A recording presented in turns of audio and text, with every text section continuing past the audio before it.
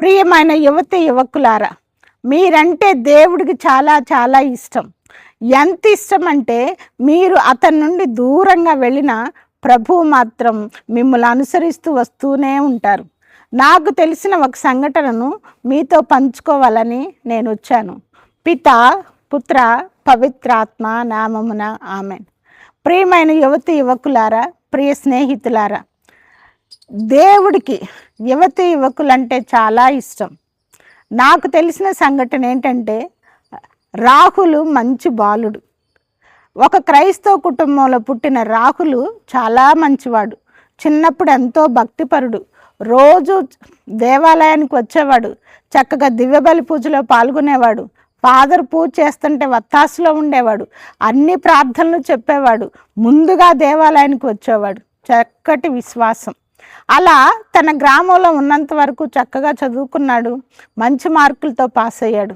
పై చదువుల నిమిత్తము అతడు పట్టణానికి వెళ్ళాడు. పట్టణానికి వెళ్ళి అలా చదువుకునే సమయంలో మంచి ఉద్యోగాన్ని సంపాదించాడు. ఇక గుడి లేదు, గుండం లేదు, విశ్వాసం లేదు. ఆ సమయంలో చెడు వ్యసనాలకి, చెడు స్నేహితులకి, అక్కడ పరిస్థితులకి అలవాటు పడి ఎంతగా మారిపోయాడంటే, సెలవులకు వచ్చిన గుడికి రానంతగా, తల్లిదండ్రులకు కూడా తన వైపు మార్చే అంతగా మారిపోయాడు. భక్తి లేదు, విశ్వాసం లేదు, అసలు ఆ ఊసే లేదు. చెడు స్నేహాలు, వ్యసనాలు, చేతి నిండా డబ్బు. అలాంటి సమయంలో దేవుణ్ణి మర్చిపోయాడు. కానీ మనం ఇక్కడ గమనించాల్సిన ఒక విషయం ఏంటంటే, మనం దేవుడిని మర్చిపోయినా దేవుని ప్రేమ మనల్ని వెంటాడుతూనే ఉంటుంది. ప్రియమైన స్నేహితులారా, అలా కాలం గడిచిపోయే కొంది అతనిలో పూర్తిగా మార్పు వచ్చింది. ఎంత మార్పు వచ్చిందంటే, తల్లిదండ్రులను కూడా ఆ విశ్వాసం నుండి దూరంగా తీసుకెళ్ళేంత మార్పు. అతను తల్లిదండ్రులతో, అమ్మ, మనల్ని భక్తి, విశ్వాసం మనల్ని బాగు చేయదు, కేవలం మన పరిస్థితులు, మన స్నేహితులు, మన చుట్టూ వారు మాత్రమే మన భవిష్యత్తును బాగు చేస్తారని తల్లిదండ్రులు కూడా విశ్వాసాన్ని కోల్పోయేటట్టు చేస్తున్నాడు.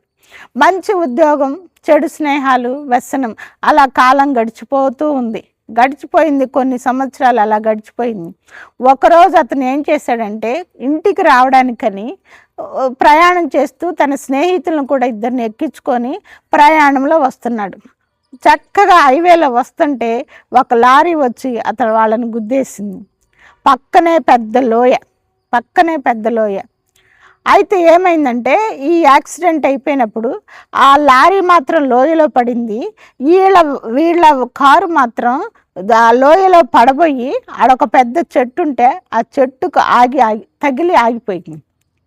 అప్పుడు ఆ రాహుల్ అతనికి అప్పుడు గుర్తొచ్చింది. ఆ సమయంలో అతనికి భక్తి గుర్తొచ్చింది. ప్రార్థన, చిన్నతనంలో చేసిన ప్రార్థన గుర్తొచ్చి, అమ్మా మరియా, నన్ను కాపాడు, మేము చిన్నప్పుడు నీకు అనేక జపమాలలు చెప్పాము, నన్ను క్షమించి నన్ను కాపాడు అని అప్పుడు ప్రార్థించటం మొదలుపెట్టాడు. ఆ వెళుతున్న కారు యాక్సిడెంట్ సమయంలో లోయలో పడకుండా ఆ చెట్టు దగ్గర ఆగిపోయింది. కాబట్టి అది ఎట్నో సరిచేసుకొని ఆ స్నేహితులు ఇద్దరూ తను బయటికి వచ్చి ఆకాశం వైపు చూసి, తల్లి మరియని చూసి యేసు ప్రభునితో ప్రార్థించారు. యేసయ్యా, నేను నిన్ను మర్చిపోయినా నువ్వు నన్ను మర్చిపోలేదు. నేను నీ నుండి దూరంగా పోయినా నీవు మాత్రం నన్ను వెంబడిస్తూ వచ్చావు. నీ ప్రేమను కనబరుస్తూ వచ్చావు. ఇప్పుడు అద్భుతమైన నీ ప్రేమకు నా కృతజ్ఞతలు అని ఇంటికి వచ్చాడు.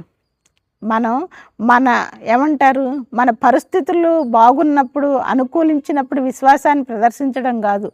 మన పరిస్థితులు మంచిగా ఉన్నప్పుడు, మన హైగా చేరినప్పుడు, మన చేతిలో డబ్బున్నప్పుడు, మన పరిస్థితులు మారినప్పుడు, అలాంటి సమయంలో కూడా మన విశ్వాసాన్ని కలిగి ఉండాలి.